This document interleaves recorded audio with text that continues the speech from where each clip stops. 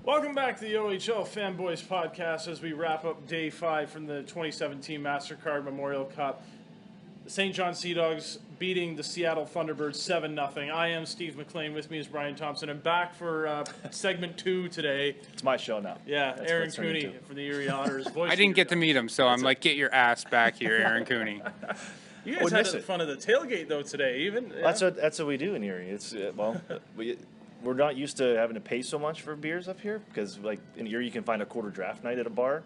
So, Which explain this to me, though. I see Penn State board ads, but Erie is more of a Pittsburgh town, is it not? So are you Pitt or Penn State? Me, I'm Pitt because I'm from Pittsburgh. So I'm Pitt. Penn State, no, with all the different branch campuses all over the place and there's like 7 or 8 of them, I think, throughout the state and whatever. So, no, Penn State, I never got into the Creepy Valley thing. See, this guy knows. Already, I'm a Cooney fan. Yeah, we mentioned this. You know, you guys, the whole front office came out to the tailgate today. You guys brought beer. Don't advertise it, dummy. It was a gift from fans. Yeah, we came in. And we couldn't just come empty-handed on anything. Erie knows how to party. So that was the little token that we could bring for you. I can't wait to see what happens when you guys play Sunday.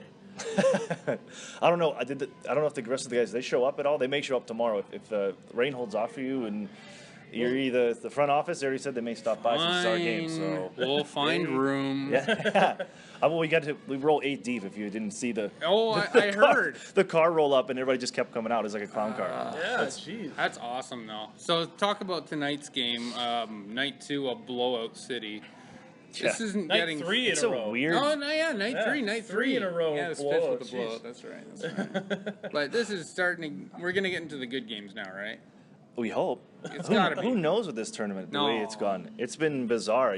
I grabbed Sam Cosentino downstairs and I said, "Have you seen?" He's like, "This is just a weird tournament. It is. I don't get it." But I don't know. It seems OHL right now, cream of the crop. But one game.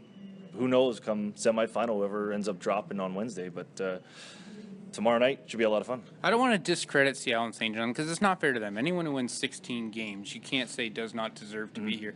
Will we not have a better tournament as pitched by the OHL Arena Guide saying, let's have Owen Sound, Erie, Windsor, and London in the Memorial Cup? A second Memorial Cup here after this? Yeah. Maybe this should just have their own, just another... The Electric Boogaloo. Yeah, we'd call it that. Put a trophy on there and... We'll do it. It's just, you don't want to see a team come this far to get annihilated. No, I mean, nobody expected last night. No. I still don't, and just don't know how that happened. Well, I do. It's called you guys sent out your first line with 6 minutes left, up 8 goals. Well, I mean, you got to spread the minutes around because by then the fourth line was playing a lot, start to third. So what are we else They're not going to play much tomorrow. Theoretically. So. Unless you're up 8-0 and I know nothing. I don't know. It could be 8-0 the other way. The way this goes. The way this tournament goes, it's just strange. And I was thinking about it too. You were our home opener this year. Yeah. We started 8 months ago on this journey. And look at those. It was funny because I still have in my binder like the my notes and everything, and you go and look at those rosters, and it's like, oh, this was the opening game, the OHL season. Those are completely. Strathroy. Yeah. Oh.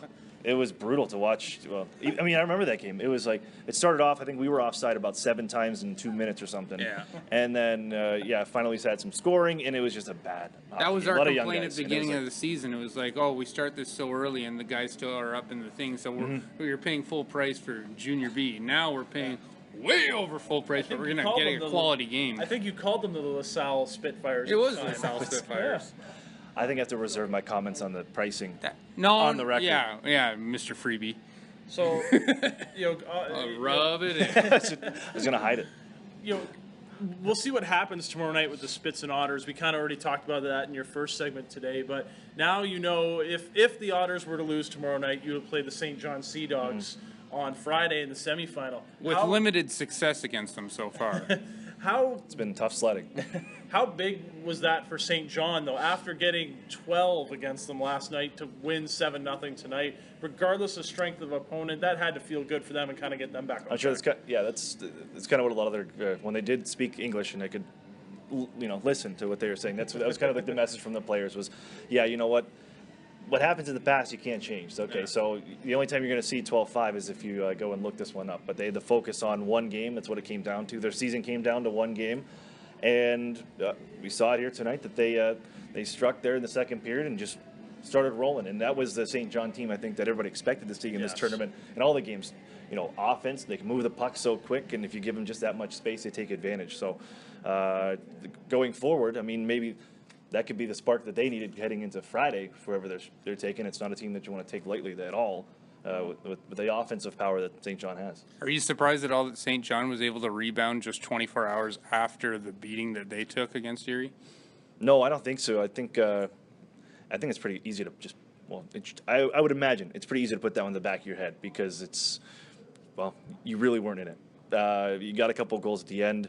Erie could have probably had 5, 6, 7 more. I mean, both goaltenders made a couple big saves towards the end of it, especially Dorio when he came in when Erie was really rolling in that first period. So, no, there was nothing to think about, and I think it was already move ahead, move forward. We have one game. It came down to that, and they were definitely the better team here tonight. So what's going into your prep for tomorrow's game? And this is a game where I know you're saving the voice for this one.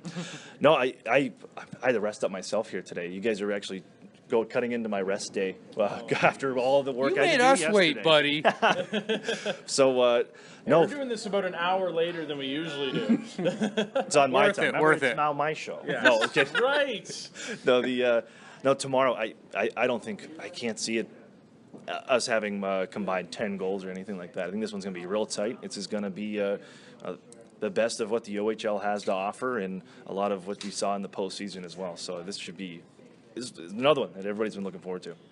I know personally the one thing I do hate about watching junior hockey is what we saw at the end there at Seattle. I remember at one point, their goalie Toth kind of made that one little last cut to the corner during the last stoppage with less than a minute to go, and even Brian kind of gave him a thumbs up, like, way to go, good try, and he just, through his sadness, just kind of gave a thanks nod, and seeing those players crying, and just the players at this age, just, in the NHL, there's always next year, but for a lot of these guys, there isn't next year, and I don't know what your thoughts are about that, because it sucks to watch that every year. I'm sure it's disappointing, especially, it's going to be a tough flight. I'm sure it's a tough period in the locker room following the game. But, knowing it's over. Yeah, and that's it. And that's the last time you're around those guys. I'll never forget the bus ride back from Oshawa with the group, McDavid's last year, and that whole group. It was pretty somber on the bus on the way back. I can't imagine a flight either, and having to deal with the airport, all that stuff. But at the end of the day, and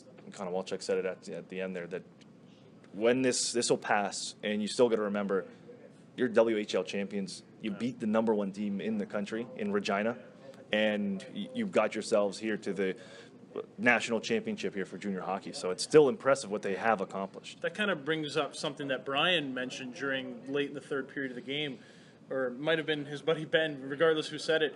Do you think if Regina had won the WHL, do you think they would have fared better here? You know what? I don't know. I know they were pretty banged up too. Seattle, even for Ethan Bear to keep playing with the banged up hand, and he missed a couple games against Kelowna in the final, the conference final. But tough, maybe. I still think it would have been tough sledding. I don't know. Who knows what the scores end up being? It's hard for me to say because I don't get to see a whole lot of Western hockey over dealing with time conflicts and everything like that. But on hockey.tv, it's the New Line. We go by New Line. New Line's really good. New Line, yes. We like New Line. You know what I love about Erie broadcast? You guys introduced the countdown timer at intermission. I want that to be mandatory. I've never seen that before. I'm not sure. I don't see what all comes across whenever they air the commercials just like normal, but it's got the score and a countdown clock. So you know when to come back. I know how long I've got to poop. That's perfect. What else could you ask for? And then grab another drink. Hey, look, it's the Junkies. Yes. Fresh off the Molson Hockey House again. Oh, jeez. But no, hey, I'll tell the crew back in Erie that it's much appreciated throughout. Also, tell them to lower your audio level just a little because all your amazing goal calls. And I'm like, come on! I want to hear these audio calls of these movie quotes. The radio. If you go on our YouTube hosting for just the radio broadcast, they come in fine. and it's whenever it comes across for the highlights and for Rogers, whatever gets picked up, that's when it gets like blown out. It's weird. No, it's Canadian Telecommunications. Don't You even guys get can't get us up to our started. standards yet? Come on. Brian's been on a three-year crusade on this podcast about the CRTC rules. It's just, We can't even show your intermissions. Well, that's we heard about that too. Yeah, it's not fair. We've heard a lot of things. But We want to get you rested up, but final request: can you throw in a Kevin Smith movie for your first goal call? yeah, You get to pick the movie. We say it's a Kevin Smith movie. yeah. All right, yeah, I can do that. I can do that. That We'll is going find to be a one. challenge, I think. We're going to get Darius to record this. We're going to put it up. That's awesome. Thank you so much, Aaron, for your time. We don't wish you the best of luck at all tomorrow. We wish you good luck broadcasting-wise, and we'll definitely see you back at the I'll take tailgate. that. Just make sure I get safely. Wish me good luck to get through the catwalk and all the way over. Oh, to the yeah, other yeah, side. yeah, That's- totally. okay. You signed the waiver, right? Oh, there's a waiver. That means there's still.